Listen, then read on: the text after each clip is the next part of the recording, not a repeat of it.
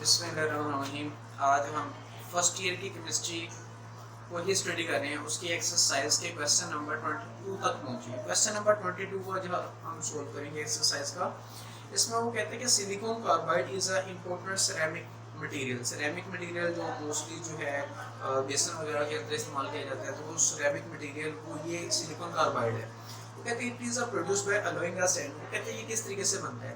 वो कहते हैं सिलिकॉन डाइऑक्साइड रेत का फार्मूला है, ठीक है। वो कहते हैं कि अगर रेत को कोयले के साथ जैसे कि कार्बन के साथ अगर हाई टेम्परेचर पे से हीटअप किया जाए तो किसमें चला जाता है, सिलिकॉन कार्बाइड में चेंज हो जाता है और कार्बन मोनोऑक्साइड वगैरह उसमें प्रोड्यूस होते हैं। ये क्वेश्चन लिखी हुई है, इस क्वेश्चन को हम लिख लेते हैं ताकि कुछ आइडिया हो जाए। ये सिलिकॉन डाइऑक्साइड है, इसको उसने कार्बन से रिएक्शन करवाया और रिएक्शन करवाने के बाद सिलिकॉन कार्बाइड बना और साथ में क्या बना, कार्बन मोनोऑक्साइड बन गया। तो ये चीज़ इसमें जो है वो बनेगी।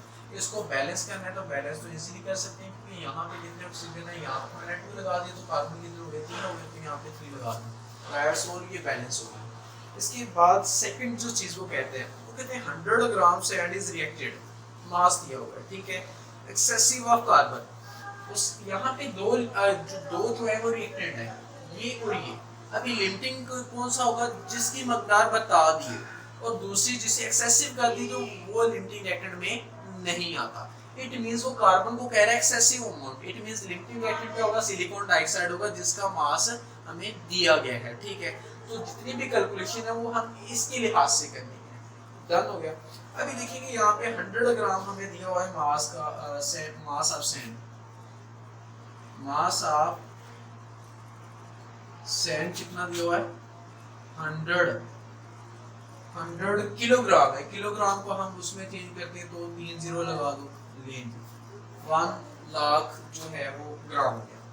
अभी वो एक्सेसिव अमाउंट ऑफ कार्बन के साथ रिएक्ट करते हैं, ठीक है, मान लिया। और प्रोड्यूस कितना करता है, ये एक्चुअल यील्ड है, क्योंकि उसने एक्सपेरिमेंट के थ्रू ये वाज़ेह किया हुआ है।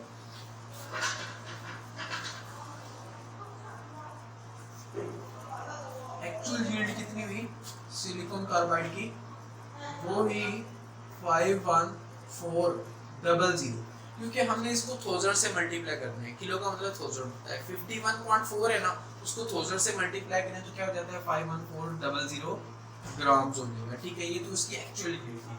हमने थ्योरेटिकल यील्ड को फाइंड करना है, ठीक है। यहाँ पे जो सैंड है इसको मैं सिलिकॉन डाइऑक्साइड लिख लेता हूँ ताकि आपको कुछ आइडिया हो जाए, ठीक है। अभी हमने क्या चीज फाइंड करनी है, सिलिकॉन कार्बाइड का थ्योरेटिकल यील्ड को फाइंड करना है, क्योंकि हमने परसेंटेज ऑफ यील्ड को फाइंड करना है। परसेंटेज ऑफ यील्ड हमने फाइंड करनी है। परसेंटेज ऑफ यील्ड फाइंड करने के लिए हमें चाहिए होता है एक्चुअल यील्ड और थ्योरेटिकल यील्ड। थ्योरेटिकल यील्ड को हम फाइंड करेंगे सिलिकॉन डाइऑक्साइड की कि वो कितनी बनती है, ठीक है, सिलिकॉन डाइऑक्साइड के लिहाज से। अभी हमने इसको क्या करना है, इसके मोल्स को फाइंड करना है। सबसे पहले हम इसके मोल्स को फाइंड करते हैं सिलिकॉन डाइऑक्साइड के। मोल्स ऑफ सिलिकॉन डाइऑक्साइड कितने बनती हैं, मास कितना दिया है ये, ठीक है, डिवाइड में। अभी इसका मास तो हमने इसका मास जो उसने दिया था वो तो लिख लिया। इसका मॉलिक्यूलर मास कितना होगा, मॉलिक्यूलर मास की बात कर ले तो 16 दो बार कितना हो गया, 32 हो गया। 32 वो और इसका सिलिकॉन का कितना होगा, 16 दो बार 32, टोटल 60 हो गया। क्योंकि इसका कितना होता है 28 होता है, इसका कितना होता है 28 होता है, तो टोटल कितना हो गया 60 हो गया। इसका याद रखिएगा, इसका कितना होता है 28 होता है, ठीक है। अभी देखिए कि 60 से जब इसको डिवाइड किया तो रिजल्ट कितना बनता है, इसको डिवाइड करने के बाद रिजल्ट बनता है 1666.67 मोल्स। कितने मोल्स बनते हैं, ठीक है, हमें मोल्स पता चलता है। अभी हमने इसके मोल्स के लिहाज से इसके मोल्स भी फाइंड कर लेते हैं, ठीक है, क्योंकि हमने इसका मास फाइंड करना है थ्योरेटिकल के लिहाज से, कितना मास इसका बनता है, कितनी यील्ड इसकी बनती है। तो मोल कंपैरिजन मेथड हम देखें, सिलिकॉन डाइऑक्साइड को कंपैरिजन करते हैं हम सिलिकॉन कार्बाइड के साथ।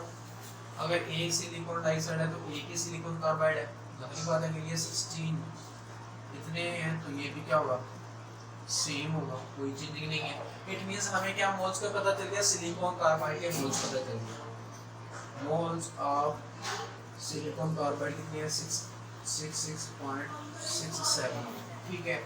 मॉलिक्यूलर मास इसका पता है मुझे, molecular mass of silicon carbide वो कितना बनता है 28, तो इसका 12 इसका हो गया, तो कितना हो गया टोटल 40 हो गया, कितना हो गया 40 हो गया, ठीक है। ये 40 ग्राम पर मोल इसका मॉलिक्यूलर मास है। अभी हमने क्या करना है, इसका मास फाइंड करना है। जैसे मैंने पहले बता दिया था मास कैसे फाइंड कर सकते हैं, मोल को मॉलिक्यूलर मास से मल्टीप्लाई करते हैं मास आ जाएगा। इसमें भी हमने ये मास फाइंड करना है, मास ऑफ सिलिकॉन कार्बाइड, या जिसे हम कह सकते हैं थ्योरेटिकल यील्ड कह सकते हैं। ऐसे क्या कह सकते हैं, थ्योरेटिकल यील्ड का नाम ले सकते हैं। कितना बनता है देखिए, इसको किस तरीके से सॉल्व करते हैं।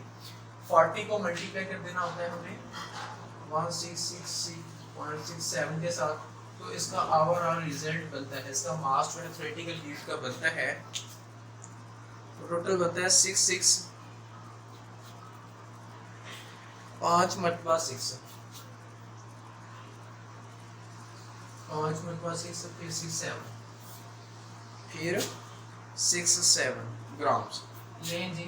ये इसका हमने यहाँ तक सोल्व कर लिया। इसका थ्योरेटिकल यील्ड को फाइंड कर लिया। जब थ्योरेटिकल यील्ड और एक्चुअल यील्ड आ जाए तो हम percentage of yield easily find कर सकते हैं। Percentage of yield of silicon carbide की हम परसेंटेज यील्ड फाइंड करते हैं। उसकी एक्चुअल यील्ड कितनी हुई थी, तो ये हुई थी, और जबकि थ्योरेटिकल यील्ड कितनी हुई थी, ये, और मल्टीप्लाई क्या हो जाएगा 100, तो ये साथ में क्या आ जाएगा परसेंटेज। इसको सोल्व कर ले, लास्ट में अगर रिजल्ट इसका मिल जाए, और रिजल्ट कितना होगा 77% होगा, कितना होगा 77% होगा। तो ये उसकी क्या थी percentage of yield of silicon carbide. मेरे ख्याल से आप लोगों को ये कंप्लीटली अंडरस्टैंड हो गया होगा, कंप्लीटली समझ आ गई होगी। ओके, खुदा हाफिज़। बाकी जो क्वेश्चन नंबर जो हैं, क्वेश्चन नंबर जैसे कि उसके बाद 20 के बाद 22 के बाद 23 24 हैं, मैंने पहले करवा चुके हैं। मैं नीचे डिस्क्रिप्शन में इनका लिंक्स जो है वो दे दूंगा, ठीक है। बाकी क्वेश्चन नंबर 25 को हम कल को सोल्व करेंगे। ओके, खुदा हाफिज़।